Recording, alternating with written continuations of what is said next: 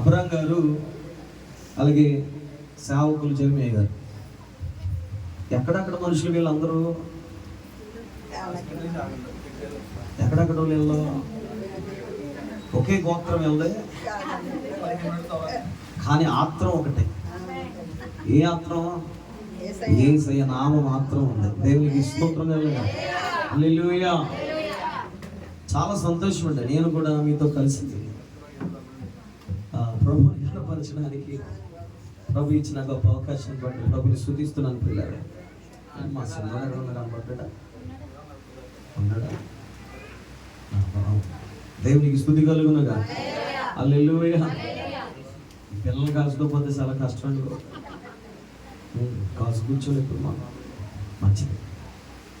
ఈ 2 రోజులు కూడా దేవుడు చాలా అద్భుతంగానే కోటలు జరిగించారు. బిడ్డలు ఏ విధమైనటువంటి ప్రయాసపడుతున్నారో నేను గమనిస్తున్నాను. వారు పనులు మానుకొని, ఉద్యోగాలు వ్యాపారాలు మానుకొని, ఏలూరు నుంచి అక్కడి నుంచి వాళ్ళు ఇక్కడ ఉన్నటువంటి సహోదరుల కుటుంబాలు కూడా చాలా సమయాన్ని ప్రభు కొరకు వెచ్చించి ఆదాయము కలిగినటువంటి పనులు కూడా పక్కకు పెట్టి అన్నిటికీ మించి యేసయ్య నామం గొప్ప చేయడానికి ఈ 3 దినాలు ఎవరైతే ప్రయాసపడ్డారో నిత్యముగా దేవుడు మీకు మేలు చేయగాక. మీ వారికి స్తోత్రం. హల్లెలూయా. ప్రభునందు పడిన ప్రయాసం ఎప్పటికి కూడా వ్యర్థం కాదండి. మా జీవితంలో కూడా ఏమీ లేని ఈ రోజుల నుండి మీ ముందు నిలబడే రోజు తీసుకొచ్చినటువంటి దేవుడు ఆశ్చర్యకరుడు.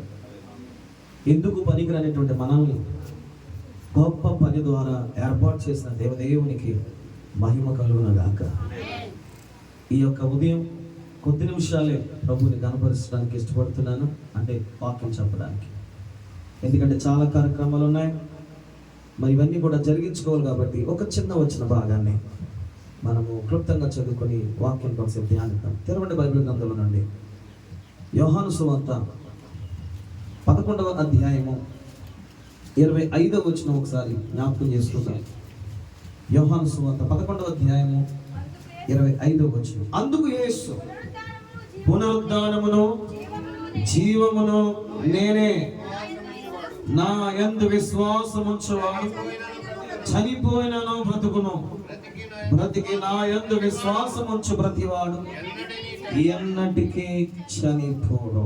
చాలా చదవబడినటువంటి ఈ వచ్చిన భాగాన్ని కొద్ది నిమిషాలు ఆలోచన చేద్దాం. ప్రభువు జీవించిన కాలంలో చాలా విషయాలు భక్తులుగా ఆయన మాట్లాడుతూ వచ్చారు. కొన్ని మాటలు కొంతమందికి అర్థమయ్యాయి, మరికొన్ని మాటలు అర్థం కాలేదు. కొన్ని విషయాలు ఆయన ఉపమాన రీతిగా చెప్పినట్లుగాను, మరికొన్ని మర్మమై ఉన్నట్టుగా చెప్పినట్లుగాను దేవుని లేఖనాలు మనకు బోధిస్తూ ఉన్నాయి. కానీ యేసయ్య ఏది మాట్లాడినా అవి ఖచ్చితంగా జరుగు తీరతాయని విషయం ఇదే బైబిల్ మరలా మనకు చెప్తుంది. దేవునికి స్తోత్రం. హల్లెలూయా. మీ మనసులో ఇక్కడే ఉండాలి, అటు ఇటు పోనవద్దు, వేరే ఆలోచన మీరు చేయొద్దు. ప్రియులారా, ఆయన చాలా విలువైన మాటలు మాట్లాడుతూ వచ్చాడు బైబిల్ గ్రంథంలో. కొంతమంది ఎలా అన్నారు, ప్రభువా నీవు ఎలాంటి వాడు అంటే నిత్య జీవపు మాటలు కలిగిన వాడు నాయన అన్నారు. మరికొంతమంది అన్నారు, మమ్మల్ని మీరు బలపరచడానికి అనేక విషయాలు మాట్లాడుతున్నారయ్యా అన్నారు. మరికొంతమంది అన్నారు, పరలోక సంబంధమైన విషయాలు మీరు చెప్తున్నారయ్యా అన్నారు. మరికొంతమంది అన్నారు, నీ మాటలు మాకు అర్థం కావట్లేదయ్యా అన్నారు. అయితే దేవుడు ఏది పలికినా అవి ఖచ్చితంగా జరుగుతున్నట్లుగానే జరగబోయే విషయములుగానే అవి ఉన్నవి తప్ప ఏది కూడా కొట్టివేయబడడానికి అవకాశం లేని పరిస్థితి కనబడుతుంది. అనేక సందర్భాల్లో ప్రభు చెప్పాడు, నేనే మార్గము, నేనే సత్యము, నేనే జీవము. ఇదే సందర్భంలో చూస్తే ఇక్కడ కూడా ఆయన అంటున్నాడు, ఒక స్త్రీతో మాట్లాడుతున్నాడు ఆయన. ఏమిటి మాట అంటే, నేనే పునరుద్ధానము. నాతో కలిసి మాట చెప్పండి. ప్రభు ఏమని మాట్లాడుతున్నాడు? ఎవరితో మాట్లాడుతున్నాడు? మాతతో మాట్లాడుతున్నాడు. నేనే పునరుద్ధానము, నా యందు ఎవరైతే విశ్వాసం ఉంచుతారో వారు చనిపోయినను తిరిగి మరలా బ్రతికే అవకాశం ఉంది. మార్తకు అక్కడ అర్థం కాలే, సొంత ఆలోచన చేసింది. అదేలే నాయన, చనిపోయిన తర్వాత మరలా అందరికీ పునరుద్ధానం ఉంది కదా, అప్పుడు ఒకవేళ లెగుస్తారేమో అన్నట్టుగా అంది. కానీ యేసు ప్రభు చెప్పింది అది కాదు. యేసు చెప్పినటువంటి మాటలు ఎవరికి అర్థమవుతాయా అంటే యేసు ఆత్మ కలిగిన వారికి మాత్రమే అర్థమవుతాయి. మీకు అర్థం కాలేదనుకుంటున్నాను ఇప్పుడు నేను. ఖచ్చితంగా అర్థమైతే స్తోత్రం చెప్తారు అనుకున్నాను. ఎంత ఘోరంగా ఉన్నారు చూడండి. ఓ స్తోత్రం కలుగునగా. చిన్నపిల్లలకి అర్థం కాలేదంటే ఒక అన్నం, మనకు అర్థం కావాలి కదా. అర్థమైందో లేదో నాకు ఎలా తెలుస్తుంది అంటే మీరు ఆమె హల్లెలూయా చెప్తే అర్థమవుతుంది. స్తోత్రం కలుగునగా. హల్లెలూయా. సరే, ఈ మాట కూడా చదివేద్దాం. పోయిదేముంది, ఆవిడేముంది ఒకసారి చూస్తారు.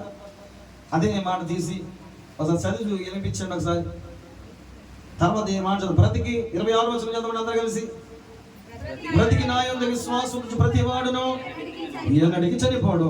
ఈ మాట నమ్ముచున్నావా అని ఆమెను అడిగింది. ఆమె అవును ప్రభువా. ఈవిడ ప్రసంగం చేస్తుంది. నీవు ఈ లోకంలో రావాల్సిన దేవుని కుమారుడు అని క్రీస్తు అని నమ్ముచున్నాను ఆయనతో చెప్పాను. ఆమె ఈ మాట చెప్పి వెళ్ళి బోధకుడు వచ్చి నిన్ను పిలుచుచున్నాడు, తన సహోదరుని మరియను రహస్యముగా పిలిచెను. దేవునికి స్తోత్రం కలుగునగా. హల్లెలూయా, హల్లెలూయా, హల్లెలూయా చెప్పండి, హల్లెలూయా చెప్పండి. 40వ వచనం ఒకసారి చదవండి. నీవు నమ్మిన యెడల దేవుని మహిమ చూతుమని నేను నీతో చెప్పలేదా అని ఆమెతో అన్నాడు. దేవునికి స్తోత్రం. ప్రియులారా, వాక్యంలోకి వెళ్ళిపోతాను. ఇక్కడ లాజరు చనిపోయాడు.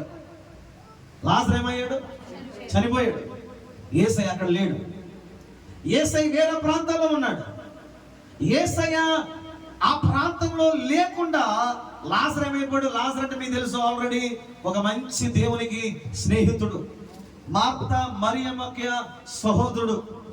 ఎప్పుడు ఆ గృహానికి ఆ ప్రాంతానికి వెళ్ళిన యేసయ్యను బాగా ఆదరించేవారేలో. అంత మాత్రమే కాదు, యేసయ్యను బహుగా ప్రేమించే మనుషుల్లో వీళ్ళు కూడా ప్రముఖులుగానే మనకు కనబడుతూ వస్తూ ఉన్నారు. స్తోత్రం కలుగునగా. హల్లెలూయా. అయితే యేసయ్య వేరే ప్రాంతాలకు వెళ్ళి సేవలో ఉన్నప్పుడు ఆయన చనిపోయాడు. ఎవరో? లాజరు గారు. లాజరు గారు చనిపోయిన తర్వాత, చనిపోక ముందు దేవుడు ఒక మాట మాట్లాడతాడండి. ఈ మాట నన్ను చాలా బలపరిచింది. ఇదే యోహాను సువార్తలో. ఆయన ఇంకా చనిపోక మునిపే ఆ విషయం ఎవరో కూడా మనకి తెలితే యేసు ప్రభు చెప్పనవసరం లేక మునిపే ఒక మాట శిష్యులతో మాట్లాడుతూ ఉంటాడు. అద్భుతమైన మాట.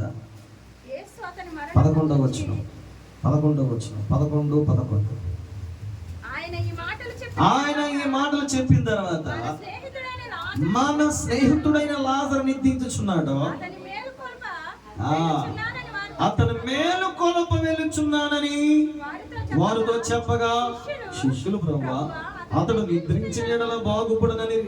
అంటే ఇలా ఆలోచన ఏంటి? ఇలా మాట్లాడి యేసయ్య మాట్లాడి ఏమంటారండి చెప్పాలి. ఆ ఊరు వచ్చిన తర్వాత సహోదరులు అంటారు, ప్రభు నువ్వు ఇక్కడే ఉంటే అద్భుతం జరిగేది కదా అన్నారా లేదా? చెప్పాలి. మీరు ఎవరు మాట్లాడతలేదు. స్తోత్రం కలుగునగా. ఎండలో చాలా కష్టపడి వంట చేశారు మీకోసమే, మా ఒక్కరి కోసమే కదా. అందరూ తృప్త ఆహారం తిన్నాక సంతోషంతో ఒకరొకరు వందనాలు చెప్పుకుని తిరిగి వెళ్ళిపోదాం. అప్పటి వరకు మౌనంగా ఉండండి, వింటా ఉండండి. దేవునికి స్తోత్రం కలుగునగా. ఈ భోజనాలు కొదువే రాలేదు, క్రీస్తు కొరకు వచ్చారు. మీకు ఇంటికాడ ఏసీ లేక రాలేదు, ఇక్కడికి అన్ని ఉండే వచ్చారు కదా. దేనికి వచ్చారంటే ఏసీ కోసం మనం వచ్చాం. అవునా కదా చెప్పాలి. మరి ఏసై కోసం వచ్చినప్పుడు ఏసై మాట వినాలి కదా. స్తోత్రం కలుగునగా. హల్లెలూయా. యేసు ప్రభు అంటున్నాడు, మన స్నేహితుడు నిద్రించుచున్నాడు, నేను అతన్ని. ఈ కోటలు ఏంటో తెలుసా?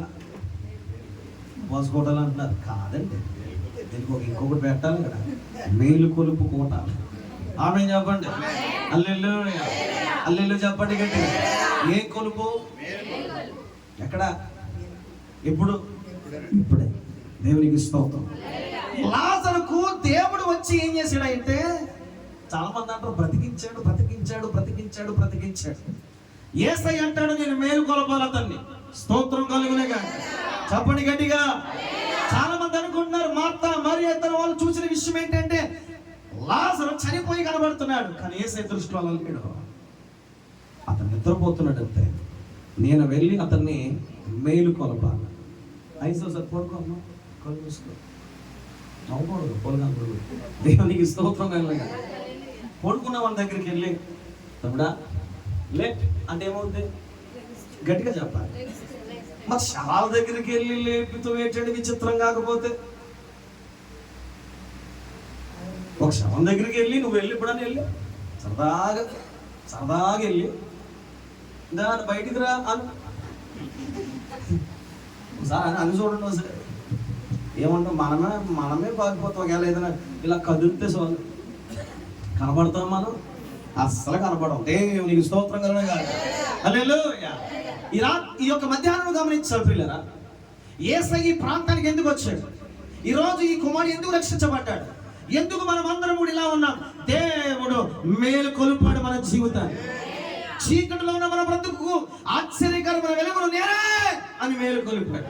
అంధకార సంబంధమైన క్రియలు చేస్తున్నప్పుడు మీరు పరిశుద్ధపరచబడితే నా కుమారులుగాను కుమార్తెలుగాను వాడబడతారు, నా రాజ్యాన్ని మీకు ఇస్తానని చెప్పి మెలుకు లేని మన బ్రతుకులకు దేవుడు ఏం చేశాడంటే మేలు కొలిపాడు. మోసము చేసేవారి నుండి నీకు మేలు కొలిపొచ్చునగాక, అన్యాయము చేసేవారి నుండి నీకు మేలు కొలిపొచ్చునగాక, నేను పాడు చేసేవారి నుండి నీకు మేలు కొలిపొచ్చునగాక, నీకు ఇప్పుడే ఉద్యమం కలుగునగాక, నీలో నుండి ప్రతి చీకటి పోవునగాక, నీలో దాచబడిన వెలుగు మేలు కొలుపుగా నీకు కనబడునగాక. ఆమె చెప్పండి, ఇక నుండి ఈ ప్రాంతాలకి మేలు కొలుపు కలుగునుగాక, మేలుకొవ కలుగునుగాక. ఆమె చెప్పండి గట్టిగా. ఇప్పటికైనా మనం బంధింపబడిన వారము కామను గుర్తు పెట్టుకోండి. ఇప్పటికైనా మనము సమాధుల చేత ముద్రించబడిన వారము కాదని గుర్తు పెట్టుకోండి. మనం అందరము కూడా యేసయ్య మనల్ని ముట్టి లేపినటువంటి మనుషులం మనం. ఆమె చెప్పండి గట్టిగా. పిల్లలు ఎవరైనా సర్వసాధారణంగా మనం ఆలోచన చేస్తే మనిషి చనిపోవడం అరుదు, పుట్టడం చనిపోవడం అరుదు. కానీ యేసయ్యకు ఒకటి అరుదు. ఏంటంటే ప్రతి ఒక్కరిని వెలిగించడం ఆయనకు అరుదు, ప్రతి ఒక్కరిని బాగు చేయడం ఆయనకు అరుదు, ప్రతి ఒక్కరితో మాట్లాడడం ఆయనకు అరుదు, ప్రతి ఒక్కరి విషయంలో శ్రద్ధ కలిగి ఉండడము ఆయనకు అరుదు, ప్రతి వ్యాధిని బాగు చేయడము ఆయనకు అరుదు, ప్రతి ఒక్కరి పట్ల అద్భుతమైన కార్యములు చేయడము ఆయనకు అరుదు. మరి నీకు అరుదు ఏంటి? లేవండి, మరి సినిమాలేదండి, అవి బాబు రోగాలండి, అవి బాబు వ్యాధులండి, నీకు అది అరుదు కాదు. ఒక మాట, మేలు కొలుపు కొలవడానికి ప్రభు మన ఎద్దకు వచ్చాడు. హల్లెలూయా. నువ్వు కంటికి కనబడదు చూడొద్దు, కంటికి కనబడిన దాన్ని చూడడం ప్రారంభించాలి. యేసు ఎవరో తెలుసా? పునరుద్ధానుడు. ఈ మాట ఎప్పుడు చెప్పాడు? పునరుద్ధానం అంటే ఏంటి? చనిపోయి మరలా లేవడం పునరుద్ధానం. ఆల్రెడీ యేసు క్రీస్తు ప్రభుల వారికి ఒక పునరుద్ధానపు అభిషేకం జరిగింది. ఎక్కడో మీరు చెప్పాలి. ఎక్కడ చెప్పాలి? ఒక రూపాంతర అనుభవం కనబడింది దేవునికి. ఆయన శిష్యులు కూడా చూశారు దాన్ని. చెప్పగలుగుతారు ఎక్కడైనా? రూపాంతరం పడదు టైట్లే అప్పటికి ఎలిగేలు మనకు బుర్రలో. దేవునికి స్తోత్రం కలగా. ఎవరెవరిని తీసుకెళ్ళాడు ఆయన? పేతురు గారిని, యోహాను గారిని తీసుకెళ్ళాడు. యాకోబు గారు కూడా వెళ్ళారట. ఆ కొండ మీదకి వెళ్ళి ఏదో మొత్తం మీద కింద మీద పడుతుంటే అక్కడికి ఇద్దరు వచ్చారు. ఎవరెళ్ళో నాకు నోట్లోకి మాట్లాడకపోతే కోపం వచ్చారు. పోతే ఉంటాను కానీ చాలా కోపం ఎక్కువ నాకు. గట్టిగా మాట్లాడాలి. ఎవరో మన వీడియో చూశాను, అల్లిలు చెప్పకపోతే మక్కలేరు కూడా అంటున్నాడు. అదే బ్యాచ్ నేను కూడా. దేవునికి స్తోత్రం కలగా. అల్లిళ్ళు చెప్పండి గట్టి. అల్లిళ్ళు ఎవరెవరు అక్కడికి వెళ్ళి యేసు ప్రభు ఆ కొండ మీద ఉన్నప్పుడట ఇద్దరు వచ్చారట. వీళ్ళెవరెల్లో? మోషే గారు, ఏలియా గారు. అందులో ఒక అతనికి మరణం లేదు. ఎవరన్నా? ఏలియా మోషే దిగొచ్చారు. ఎవరి కొరకు? యేసయ్య కొరకు. దేవునికి స్తోత్రం. అందులో ఒకడు మరణించిన వాడు, అందులో ఒకడు మరణము చూడలేని వాడు. ఎవరి కోసం వచ్చారు? ఈయన ఎవరో పునరుద్ధాడు కోసం వచ్చారేమో. స్తోత్రం కలుగునే కాక. మరణము చూడని వాడు వచ్చాడు, మరణము చూచిన వాడు వచ్చాడు. ఎవరి కొరకు వచ్చాడు? పునరుద్ధానుడైన యేసు కొరకు వచ్చాడు. దేవునికి స్తోత్రం కలుగాక. మరణము చూడకుండా ఉన్నవారు గొప్పవాళ్ళు కాదు, మరణించిన వారు గొప్పవాళ్ళు కాదు, మరణించి కూడా తిరిగి లేచిన వాడు గొప్ప. ఆమేన్. హల్లెలూయా. స్తోత్రం చెప్పండి. అందరూ చచ్చిపోయినట్లు మనం చచ్చిపోతాం, తేడా ఏం లేదా. చావు చూడకుండా ఉన్న మనిషి ఎవడైనా ఉన్నాడా? బైబిల్ ఎంతమంది ఉంది చెప్పండి చావు చూడకుండా ఉన్నవాడు? ఇద్దరా ముగ్గురా? సద్గాలించాలి మైకి శ్రద్ధ మీద చెప్పండి. ముగ్గురా? సద్గాలించండి. చావు రుచి చూడని వారని చెప్పాను నేను. మా సిలసిలో ఉందా? దేవునికి స్తోత్రం కలుగుగా. ఎంతమంది అండి? ఎంతమంది? ఇద్దరే. మీకు తెలిసి సత్యం ఉంటుంది. ఎవడని చెప్తే కాదేమో, ఇదే దరిద్రం, ఇది తినేస్తుంది, ఇదే తినేస్తుంది. సగం దరిద్రం అంటే నీకు అన్నీ తెలుసు, వాక్యం తెలుసు, దేవుడు చెప్తాం తెలుసు, అన్ని తెలుసు, ఏదైనా ఇదే దరిద్రం. వినండి, నువ్వు కలిగి ఉందని గట్టి పట్టుకోమని ప్రకటన గ్రంథం రాయబడింది ఒక మాట. స్తోత్రం కలుగుగా. హల్లెలూయా, హల్లెలూయా. ఒక మరణము చూడలేని వాడు, ఒకడు మరణించిన వాడు ఒకరి గురించి వచ్చేది. ఆయన పేరు ఏంటంటే పునరుద్ధానుడైన యేసు. ఆమేన్. ఆ పునరుద్ధానుడైన యేసు వారితో మాట్లాడుతున్నారు. ఏమని మాట్లాడుతున్నారో నీకు తెలియదు, ఏమని మాట్లాడుతూ మనకు కూడా తెలియదు. కానీ యేసయ్య వారితో మాట్లాడుతున్నప్పుడు యేసయ్య ఆకారం మార్చబడింది, యేసయ్య స్వరూపం మార్చబడింది. యేసయ్య ఇదివరకులా లేడు, యేసయ్య చాలా ప్రత్యేకంగా ఉన్నాడు. యేసయ్య వస్త్రాలు వేరేగా ఉన్నాయి, యేసయ్య మహిమతో నింపబడ్డాడు, యేసయ్య ప్రత్యేకంగా కనబడుతున్నాడు. వాళ్ళు అల్లిపోతున్నారు, భయపడిపోతున్నారు, ఆశ్చర్యపడిపోతున్నారు. ఎందుకంటే అప్పటికి ఇంకా మరణం రుచి చూడక మునిపే యేసయ్య పునరుద్ధానపు శక్తి పొందుకుని కనబడ్డాడు వాళ్ళకి. స్తోత్రగాక. హల్లెలూయా. చాలా మంది అనుకుంటారు యేసయ్య చనిపోయిన తర్వాత స్త్రీలకు కనబడ్డాడో లేకపోతే వాళ్ళకి కనబడ్డారు అనుకుంటారు. ముందుగానే చూచిన వారు ముగ్గురు ఉన్నారు. వాళ్ళే పేతురు, యోహాను, యాకోబులు. దేవునికి స్తోత్రం చెప్పండి. నేను ప్రశ్నిస్తూ ముందుకు వెళ్ళిపోతాను. యేసయ్య చెప్పింది నిజమా అబద్ధమా? ఏమని చెప్పాడు ఇక్కడ?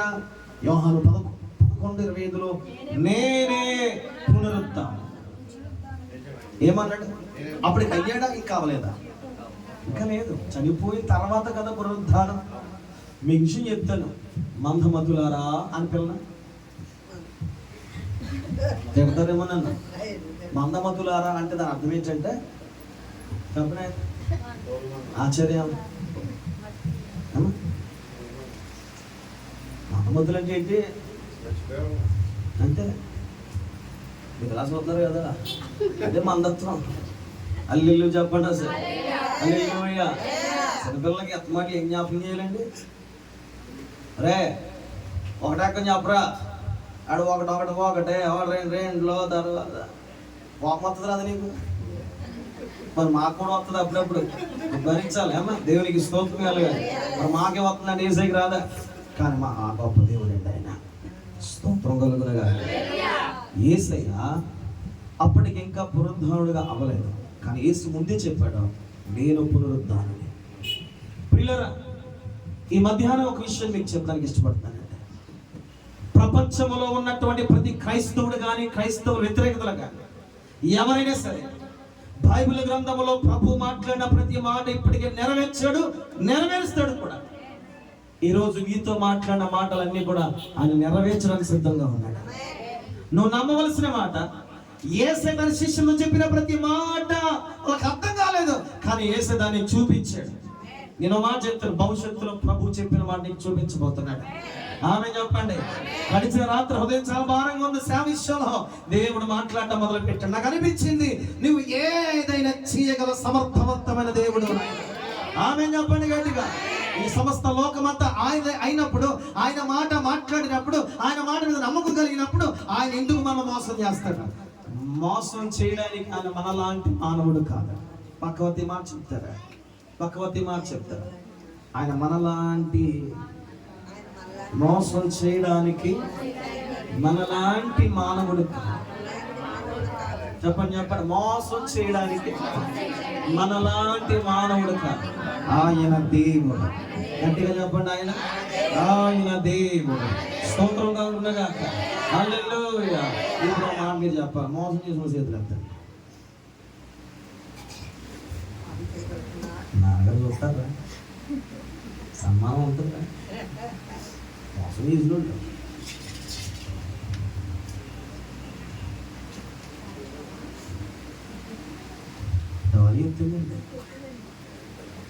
దీవించలేక యథార్థవంతులు దీవించబడతారు. ఏమవుతారు? మావాడు చేదితే చెందడు, ఆయన ఇద్దడే ఎత్తిచ్చాడు. మరి ఒక అతను దేవునికి స్తోత్రంగానే బైబిల్ చెప్తుంది అందరం ఒకే రంగు. కానీ బైబిల్ చెప్తున్న గొప్ప సత్యం ఏంటంటే పునరుద్ధానము నేనే అని చెప్పిన దేవుడు ఆయన పునరుద్ధానపు అనుభవాల్లో దేవుడు ఉంచడానికి ఎప్పుడు ఇష్టపడే దేవుడు. ఆయన ఏంటంటే ఈ మాట నేను చెప్తానికి ఇష్టపడుతున్నా, ముందుకు వెళ్ళిపోతాను. లూకా సువార్త 24వ అధ్యాయంలోకి వచ్చేది. ఇది పోయిన ఆదివారం నేను వాక్యం అనుభక్తిలోకి పంచుకున్నాను మాట. లూకా సువార్త 24వ అధ్యాయం 1వ వచనం చదవండి.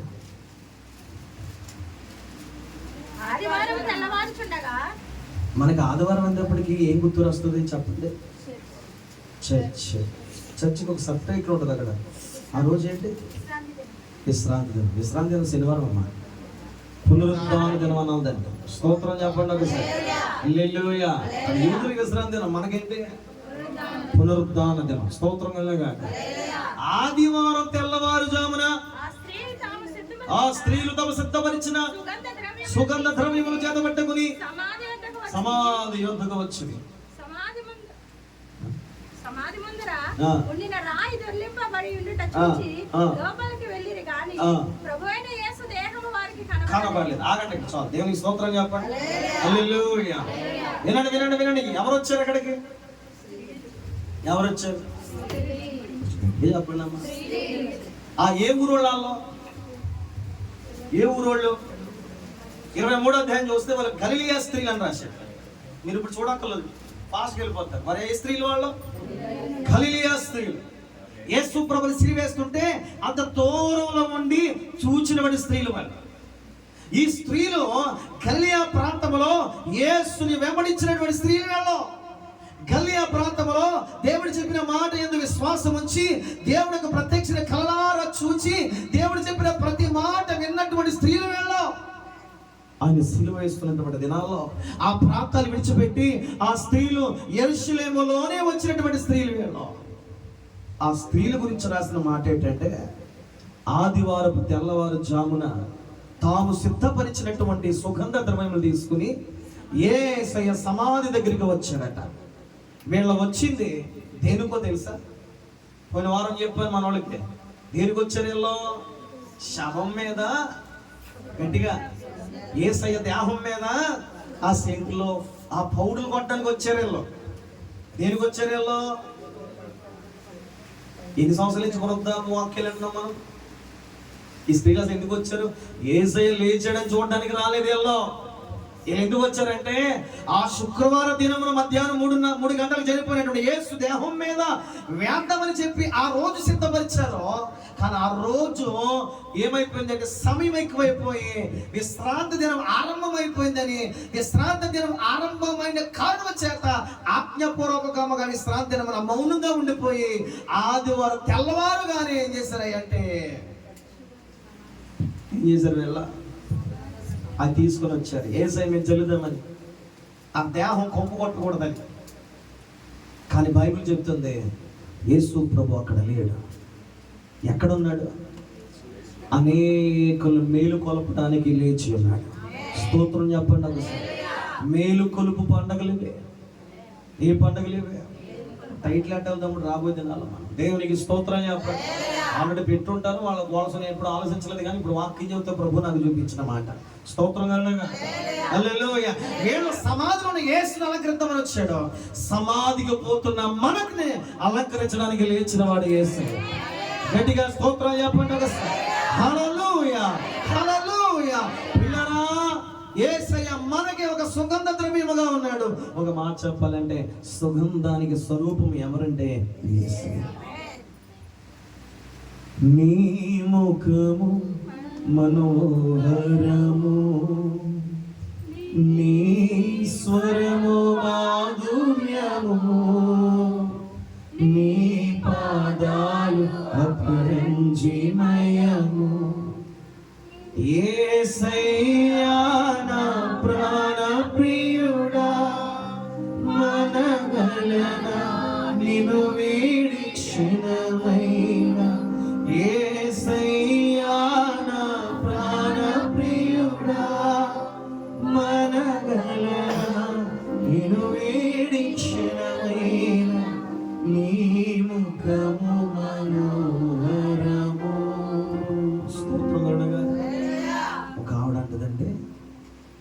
ఇప్పటికే 1000 మందిని పెళ్లి చేసుకున్నాడు ఆయన. ఒక ఆవిడ అంటే వచ్చి, యెరూషలేము కుమార్తెలారా, ఇదిగో మిమ్మల్ని, యెరూషలేము కుమార్తెలారా, నా ప్రియుడు ఎక్కడైనా మీకు కనబడ్డాడా? నా ప్రియుడు ఎక్కడైనా మీకు కనబడ్డాడా? వాళ్ళు అంటారు, ఆ కుమార్తెలు, యెరూషలేము కుమార్తెలు అంటారు, ఏంటి నీ ప్రియుడిలో ప్రత్యేకత, ఎలా ఉంటాడు చెప్పు ఒకసారి అంటే వాళ్ళు అంటారు, ఏమంటారు అక్కడ, బా ధవలవర్ణుడు, రత్నవర్ణుడు, అతికాంక్షణీయుడు, 10,000 మంది పురుషుల్లో బా, అది నీ దేవుడు గొప్ప దేవుడు. దేవునికి స్తోత్రం. హల్లెలూయా. అసలు మీ సుప్రభుని చూడాలంటే యశుప్రభు ఎలా ఉంటాడు చెప్పండి సరే. ఈ పిచ్చ మొఖాలకి మేలుకొలుపు రాదేంటి నీకు ఎప్పటికీ? ఏదన్నంటే మళ్ళీ 7 గుట్టు మొఖాలు సంపెత్తకు వచ్చేస్తారు. అంతకుమించి ఆ మేలుకొలుపుతలో ఉండదు వాళ్ళకి. స్తోత్రం కలుగునగా. హల్లెలూయా. యేసయ్య నీలాగే ఉంటాడు. ఆమె చెప్తా సార్, యేసయ్య నాలాగే ఉంటాడో అసలు చెప్పాలంటే మనమే ఆయనలా ఉన్నాం. స్తోత్రం కలుగునగా. ఒక మాట చెప్తాను, ప్రార్థన చేస్తానండి. ఎందుకు ప్రార్థన చేయాలి సమయంలో? ఏంటి ఆ మాట అంటే, అక్కడ ఒక 2 మనుషులు ప్రకాశమైన వస్త్రాలు ధరించుకుని ఉంటారు. వాళ్ళ స్త్రీలను చూచి ఒక మాట చెప్తారు, మీరేం ఎదుగుతున్నారు? మీతో చెప్పినటువంటి మాటల ప్రకారంగా యేసు ప్రభు ఏం చేశాడు తెలుసా? ఆయన లేచాడు. ఆయన ఎక్కడ లేడు అని చెప్పారు. మనము ఆలోచించవలసిన విషయం ఏంటంటే, యేసు ప్రభు ఎక్కడ లేడు, ఎక్కడ ఉన్నాడంటే, ఇదిగో పునరుద్ధానపు అనుభవాలు లేని వారి మధ్య ప్రభు లేడు. ఎక్కడో తెలుసా? ఈ హృదయము, ఇదిగో ఆయన బట్టి మనల్ని బట్టి ఇక్కడ ఉన్నాడు ఆయన. ఇక అంతకుమించి 100 మాటలు వస్తాయి. దేవునికి స్తోత్రం. ఆయన ఇక్కడ ఉన్నాడు. ఆమేన్. ఆయన ఇక్కడ నివాసం చేస్తాడు. ఈసారి నుంచి ఆయన నివాసం చేసి ఏం చేస్తాడంటే, వాళ్ళ పక్షముగా తన ఉద్దేశములు నెరవేర్చడానికి ఇష్టపడుతూ ఉంటాడు. హల్లెలూయా. ప్రియరా, మనము కూడా ఆయన పునరుద్ధానములో పాలిభాగస్తులు అవుతున్నాము కాబట్టి మనము కూడా అనేకులను మేలు కొలుపడానికి మనం ప్రయత్నం చేస్తూ ఉండాలి. కొంతమందికి అర్థం కాదు, 10 సార్లు చెప్పు. కొంతమందికి తెలియదు, ఇంకొక 20 సార్లు చెప్పు. కొంతమందికి తెలీదు, అయినా వాళ్ళని నీ ఆలోచన ఏంటంటే, ఎలాగైనా యేసయ్య పునరుద్ధానముల వాళ్ళని పాలిభాగస్తులుగా చేయాలి. దేవునికి స్తోత్రం. ఒక మాట చదవండి, అక్కడ బైబిల్ తెరిచి ఈ పక్క పేజీకి వచ్చి మాట చదవండి. ఒక మాట చేసిన తర్వాత ప్రార్థన చేస్తారు. 6వ వచనం చదవండి. 6వ వచనం, ఆయన ఇక్కడ లేడు, ఆయన లేచినాడు. ఇదిగో నీ దేవుడు ఎవరో తెలుసా? సమాధి చేయబడేవాడు కాదు, తిరిగి లేచినవాడు. క్రైస్తవుడికి అది ఒక్కడు చాలండి. రెచ్చిపోవడానికి, పిచ్చుడైపోవడానికి, పరుగులెత్తేయడానికి, దేవుని కోసం ఏదైనా చేసేయడానికి వాడు కాలం ఒక చాలు. మనగా ఏంటంటే, యేసయ్య మృతుల్లో నుండి లేచిన దేవుడు. ఎంత బలం ఇచ్చిన దేవుడు మనకి. ఆయనే కానీ ఆ రోజు లేకపోతే ఈరోజు ఈ మైకిల్ శబ్దాలు ఉండవు. మనకు ఒక బలం ఇచ్చే దేవుడు. మనకున్న బలం అదే, యేసయ్య పునరుద్ధానపు శక్తిని మనము కలిగి ఉన్నాం. స్తోత్రం కలుగునగా. హల్లెలూయా చెప్పండి. ఆయన ఇక్కడ లేడు, ఆయన లేచినాడు. దేని కొరకు లేచాడో? నీ జీవితం మార్చడానికి. దేనికోసం లేచాడో? నీ వ్యాధుల నుండి బాగు చేయడానికి. దేనికోసం లేచాడు? మరణము తప్పించడానికి. దేనికోసం లేడు? అకాది కూపు నుండి తప్పించడానికి. దేని కొరకు లేచాడు? పాపిష్టమైన బ్రతుకుని పవిత్రంగా మార్చడానికి ప్రభు లేచాడు. దేని కొరకు లేచాడు? రక్షణ లేని కుటుంబానికి రక్షణ ఇవ్వడానికి లేచాడు. దేని కొరకు లేచాడు? ఎవరు పట్టించుకోవట్లేదు కదా, ఎవరు నీ బాధ అర్థం చేసుకోవట్లేదు కదా, నిన్ను పట్టించుకోవడానికి, నీ బాధ నుండి అద్భుతమైన మేలు నడిపించడానికి ఆయన లేచి ఉన్నాడు. నీ ఆర్థికమైన బాధ నుంచి విడిపించడానికి ఆయన లేచి ఉన్నాడు. నీ మనసు తీర్చడానికి ఆయన లేచి ఉన్నాడు. నీ బిడ్డలు కట్టడానికి ఆయన లేచి ఉన్నాడు. తన చిత్తము చేయడానికి లేచి ఉన్నాడు. మన దేవుడు మృతుడు కాదు, మన దేవుడు లేచినవాడు. మన దేవుడు లేచినవాడు. ఆయన ఇప్పటికీ సజీవుడైన దేవుడు. ఆమె చెప్పండి గట్టిగా. హల్లెలూయా. చనిపోయిన వానికి ఎంత బలం అంటే, లేచిన మన దేవునికి ఎంత బలం అన్నాడు. ఆమె చెప్పండి ఒకసారి. మృతుడైన వాడిని ఎంత గొప్పగా ఆరాధిస్తుంటే అనకూడదు కానీ, బెంచీలు పగిలిపోవాలి క్రైస్తవులు ఆరాధన చేస్తూ ఉంటే. ఇదిగో ఇవన్నీ పగిలిపోవాలి, అంత గొంతులు వేస్తూ ఉంటారు. మైకులు పని చేయకూడదు, అంత గొంతు వేస్తుంటే. చనిపోయిన వాడికి అంత బలం అంటే చెప్పాలి, బ్రతికిన దేవునికి ఆరాధిస్తున్నాం. కొన్ని సంఘాలు అంటే సప్పట్లు కొట్టద్దు, ఎందుకు కొట్టకూడదు పనికిమాలోగా, ఎందుకో భాషలు లేవు, ఎవరు చెప్పాడురా నీకో? పెంతుకోస్త అనుభవాలు ఉండకూడదు మనకి, ఎవరు చెప్పాడు? యేసు తిరిగి లేచినప్పుడు జయించవాళ్ళు రావాలి, మనకే ఆనంద కేకలు వేయాలి, కేకలు పెట్టాలి. ఇది మౌనంగా ఉండే సమయం కాదు, ఇది యేసు తిరిగి లేచాడనే విషయాన్ని ప్రపంచానికి చాటవలసిన సమయం ఇదే. ఆమేన్ చెప్పండి గట్టిగా. ఆయన ఇక్కడ లేచిన దినం ఈ దినం. ఈరోజు కోటం జరగాలి వచ్చే సంవత్సరం అయ్యా, ఎందుకంటే ఆయన లేచిన దినం మనం బ్రతికిన దినం. లేస్తేనే మనం బతుకుతాం. ఆమె చెప్పండి సార్, ఆయన లేచాడు కాబట్టి మనం ఏమొచ్చింది చెప్పండి సార్. ఇదో ఆగిపోయింది సైతం పోలా, దేవునికి స్తోత్రం చెప్పండి. హల్లెలూయా హల్లెలూయా హల్లెలూయా, స్తోత్రం స్తోత్రం చెప్పండి. హల్లెలూయా.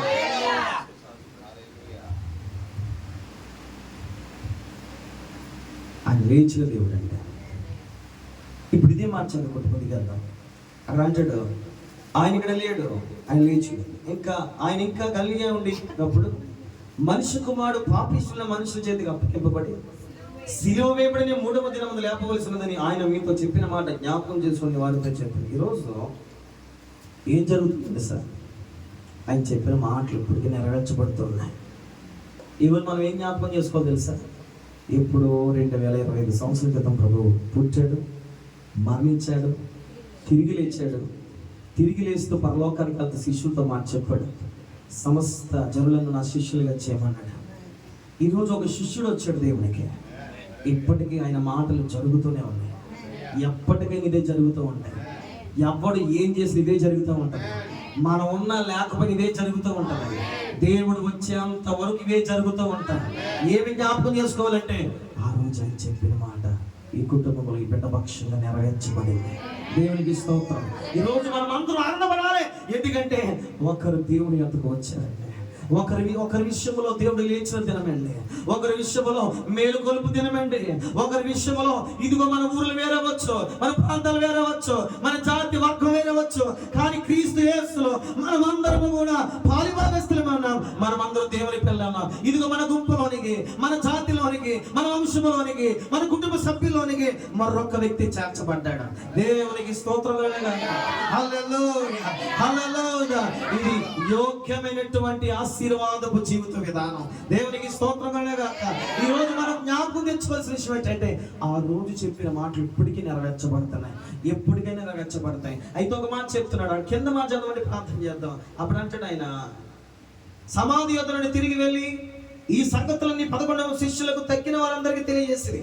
ఈ సంగతులు అపోస్తలులు చెప్పిన వారు అనగా మగ్దలిన మరియు యోహన్నయ, యాకోబు తల్లి అయిన మరియు వారితో కూడా ఇతర స్త్రీలు. అయితే వారి మాటలు విని దృష్టికి వెర్రి మాటలుగా కనబడిన కనుక వీరు వారి మాటలు నమ్మలేదు. దేవునికి స్తోత్రాలు చెప్పండి. ఎవడు మన మాటలు నమ్మడు. మన మాటలు నమ్మేది ఎవరో తెలుసా? యేసయ్య పునరుద్ధానంలో ఉన్నవాడు మాత్రమే నమ్ముతాడు. దేవునికి స్తోత్రాలు చెప్పండి. హల్లెలూయా. నా పక్కన వారిని బుర్రలు తినేస్తా ఉంటాను, నేను నా పక్కతో నడిచే వారిని బుర్రలు తినేస్తా ఉంటాను. ఒకడు అంటూ ఉంటాడు, తమ్ముడు అంటుంటాడు, బాబు నువ్వు చెప్పి నాకు అర్థం కావట్లేదు అంటాడు. అర్థమయ్యే దినాలు రాబోతున్నాయి. స్తోత్రాలు చెప్పండి. ఒకసారి నువ్వేం మాట్లాడు తెలియట్లేదు ప్రభు అన్నారు యేసయ్యను. యేసయ్య చెప్పిన ప్రతి మాట ఒక దినం అర్థమైపోయింది. ఇదిగో ఇదిగో లేఖనాల్లో రాయబడిన ప్రతి మాట నెరవేర్పు దినాల్లోనికి మనం వెళ్ళబోతున్నాం. నేను ఒక ప్రవచనంగా మాట చెప్తున్నాను. ఇక నుండి పునరుద్ధానపు అడుగులు మనం వేయబోతున్నాం. ఇక నుండి పునరుద్ధానపు ఆశీర్వాదం మనం చూడబోతున్నాము. ఇక నుండి క్రీస్తు యేసు ఎలాగైతే లేచి ఉన్నాడో మనం కూడా తన సేవ కొరకు, భక్తి కొరకు, ప్రార్థన కొరకు, విశ్వాసములో, నమ్మకత్వములో, దేవుని పరిచర్య కొరకు లేచే దినాలు దేవుడు మనకి ఇవ్వబోతున్నాడు. దేవుని కూడా నిలబడడానికి, దేవుని కోసం వాడబడడానికి, దేవుని ప్రకటించడానికి, దేవుని కనపరచడానికి, దేవుని చూపించడానికి, దేవుని ఔన్నత్యాన్ని కనపరచడానికి మనము లేచే దినాలు మనకి ఇవ్వబోతున్నాడు. ఇప్పుడు వరకు నువ్వు పడుకుని ఉండొచ్చు, నిద్రపోయి ఉండొచ్చు, లేవని స్థితిలో ఉండొచ్చు. నా యేసయ్య లేచాడు అనే మాట ఎంత సత్యమో ఇల్లు కూడా లేపుతాడనే మాట అంతే సత్యం. అయిలారా మీకు శుభవార్త, మీ అందరికీ శుభవార్త. దేవుడు ఇప్పటికీ మిమ్మల్ని ఒక అద్భుతమైన మెలుకు ఇచ్చాడు. మీ కుటుంబానికి అద్భుతమైన మెలుకుని ఇచ్చాడు. ఈ మెలుకు చేత పట్టుకుని ప్రతి విషయంలో క్రీస్తు కొరకు మీరు లేవాలి.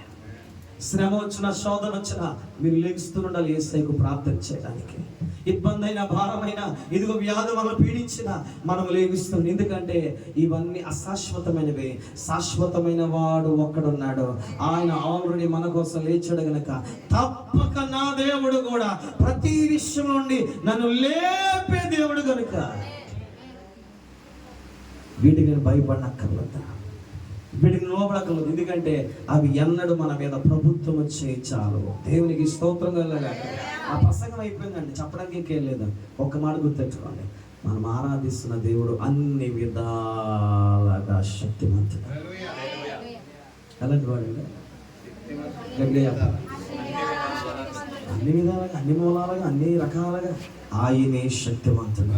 చెప్పండి, ముమ్మార మాట చెప్పండి. పక్క వారి చేతులు పక్క వారి మీద అన్ని విధాలుగా ఆరాధించడకు ఆయనే శక్తిమంతుడు. గట్టిగా చెప్పండి ఒకసారి, ఎలుగెత్తి చెప్పండి ఒకసారి. నీ మనసు ప్రాణాత్మక దేహం చెప్పుకోండి, నేను అన్ని విధాలుగా ఆరాధించడానికి ఆయనే శక్తిమంతుడు. ఆయన తప్ప వేరొక ఆరాధకుడు లేడు. ఆయనే ఆరాధనకు యోగ్యుడు. ఆయనే సమర్థవంతమైన దేవుడు. లేచిపడి ప్రార్థన చేద్దాం. అందరూ లేచిపడి ప్రార్థన చేద్దాం. ప్రార్థన చేద్దాం. ఒక్క నిమిషం ప్రార్థించండి. ఒక్క నిమిషం ప్రార్థించండి. ఒక్క నిమిషం ప్రార్థించండి. ఒక్క నిమిషం.